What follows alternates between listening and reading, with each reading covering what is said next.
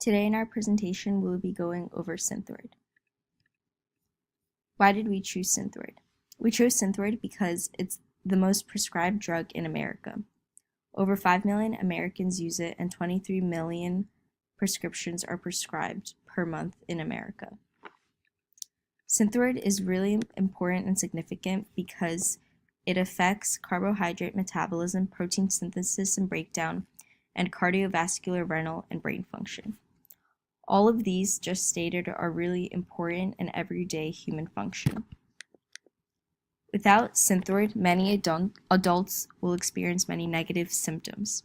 These symptoms include fatigue, difficulty concentrating, feeling cold, having headaches, muscle and joint pain, weight gain, constipation, dry skin, hoarse hair, hoarse voice, depression, menstrual irregularities, as well as many more. What is Synthroid used for and why is it so popular?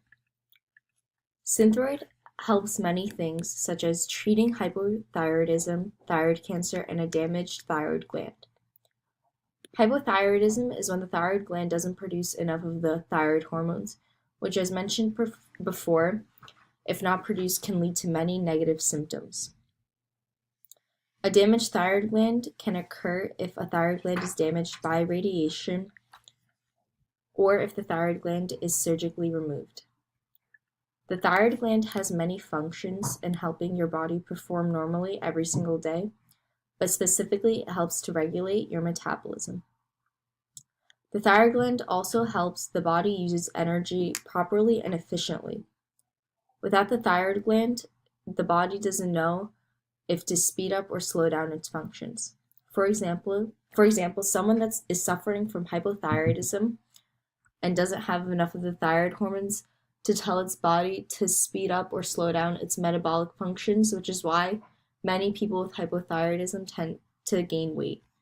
Not only is Synthroid so popular because it is vital in making sure a human functions properly every single day, Synthroid is also popular because hypothyroidism is increasing every single year by 5.5%, and hypothyroidism affects 0.15% of people in the world. Typically, women are 10 times more likely than men to have hypothyroidism, and women around the age of 50 usually get hypothyroidism. Synthroid is also the best medication for hypothyroidism. It is also known as levothyroxine. A popular competitor of Synthroid is Crestor. However, Crestor doesn't work as efficiently as Synthroid does. Synthroid is also gaining popularity not just because hypothyroidism is increasing and because Synthroid helps humans function normally every single day, but also thyroid cancer is increasing all over the world. Scientists aren't sure why thyroid cancer is so highly increasing in numbers, but one popular theory is that because there are better diagnostics and better technology available, doctors are overdiagnosing many people all over the world with thyroid cancer. However, there are many variables and no one can know for sure. Other variables include how the environment affects how our body functions and the diet that humans are intaking. Thyroid cancer is the second fastest growing cause of cancer death, and liver cancer is the first. However, thyroid cancer isn't just increasing in America, but it is increasing all over the world. Specifically, thyroid cancer is found in America, Canada, and Australia. Overall, Synthroid is not only vital because it helps adults not experience many negative symptoms that they would experience with a damaged thyroid gland, but also because there is such a high demand for it and so many people need it today. Now I'll be discussing about the chemical properties and chemical processes that Synthroid goes through. The chemical name of Synthroid is levothyroxine sodium with a chemical structure C15H10I4N-NaO4.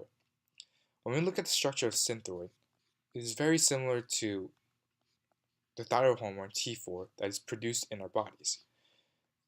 Both structures have an alcohol group attached to it with two benzene rings, as seen here, with ester in the middle, and four I halides that are attached to the rings. and then that is attached to a CH2, which is attached to a C with four with three other things around it, along with CH2. One being a halide, an amide, as seen here, an H, and then synthroid there being Na, and then thiohormone there being a carboxylic acid. And due to Na is why synthroid is called levothyroxine sodium. So in here we see two different stuff where the top picture being the creation of thyroxine and next being the creation of L-thyroxine. And these two pictures depict the processes that that T4 goes through in our body.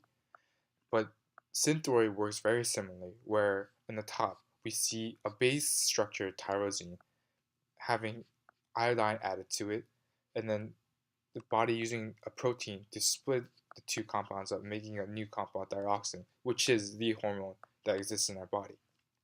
Likewise, Synthroid is created where there's a centerpiece, a levoisomer, that's synthetically made in the lab with iodine and sodium attached to it, creating the Na and the I groups around it. The next equation depicts the breaking down of T4 and T3 in our bodies, which is how Synthroid is essentially broken down in our bodies. As we see here, Synthroid has this formula, and this structure here, 3,3,5 triiodo L-thyrionine, is similar to the structure of T3, which is the first step of how Synthroid is broken down in our bodies, where a catalyst called 5-deiodinase in our body catalyzes a reaction where there's a monodeionization of Synthroid, and that's how one of the i's would be lost, and it would create a structure very similar to T3. And then the next step is that there's an equation here that is listed here, which is the equation for T3 and also a Synthroid without an I group. And this is how it is produced.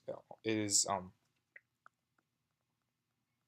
broken down in our bodies, where the iodine leaves, and a specific H plus and A leaves the compound, leaving L-thyroxine and an AH2. And then, so that is how it is broken down in our bodies. And then, after the breaking down, this L-thyroxine and H2 have to go somewhere.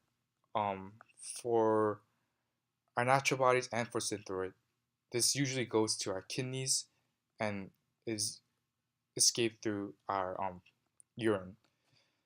So this is how many different medicines in the thyroid work in things like hypothyroidism or hyperthyroidism. So here we have a video that shows it, and I'm just going to go over it very quickly.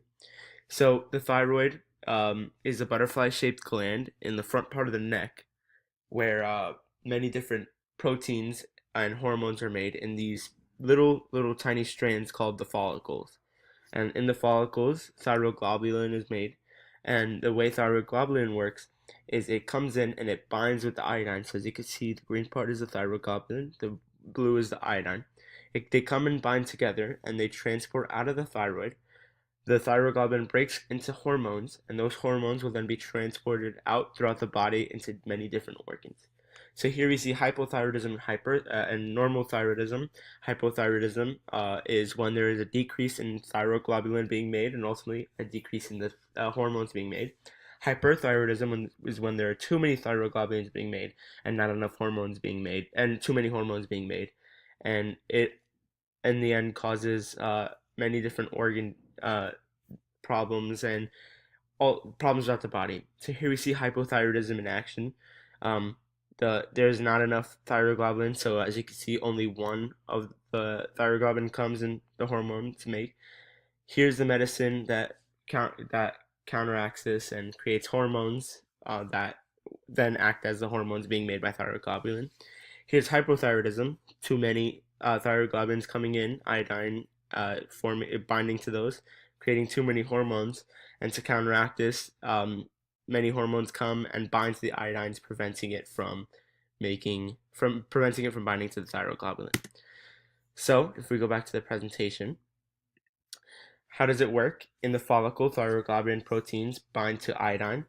Um, that's that then creates the hormones, and it splits up, forms the hormones. To prevent hyperthyroidism or too many thyroid hormones being made, another hormone comes and blocks the iodine so that the hormone is not produced. As talked about before, levothyroxine or Synthroid is a man-made levo isomer of thyroxine, similar to the hormone released by the thyroid gland. So, a little history on sodium levothyroxine. In the 1900s, a biochemist by the name of Edward C. Kendall um, went into research on thyroid extract and found thyroxine and isolated it. And before then, the only way to get thyroxine was from sheep thyroid glands, and they would take the thyroxine out and insert it into the patient to cure hypothyroidism. Later on in 1926, Charles R. Harrington then took this opportunity of thyroxine to synthesize it, and then creating many different medicines, including sodium levothyroxine, which is a form of thyroxine that is easily absorbed in the body. A quick recap on how Synthroid works in our body. Without Synthroid, the thyroid gland cannot synthesize. Without T4, the thyroid gland cannot synthesize thyroxine. And because of this, because there are not enough or too many in many cases, more iodine is taken up, leading to what we call a goiter, which is an enlarging of the thyroid gland, or like a swelling of the thyroid gland, caused by the intake of iodine. This is harmful because T4 is an ultimate metabolism regulator, so the metabolism in this case would be rapidly going. Thyroid peroxidase enzymes stick to iodine atoms, to the rings of tyrosine residues of the protein thyroid globulin. And thyroid is the only gland that uses iodine, so the specific enzyme only affects the making of thyroxine. While most T4 remains bound to thyroid globulin, small amounts break free and help the body with metabolism. T3 is more potent and is produced from T4, and some use T3 and T4 actively together, just in case T4 doesn't work very well alone. So in conclusion, the chemical makeup of Synthroid or levothyroxine allows it to work in use against hyperthyroidism. And by introducing hormone-like chemicals, Synthroid is able to help those who are afflicted with hypothyroidism. And because of its overall effectiveness, Synthroid is very popular and seen as a very important medicine in the world. As we have seen before, many people are being affected by hypothyroidism, and because of this, thyroid cancer rates are booming. So, as a way to prevent this, Synthroid and levothyroxine are medicines that are used.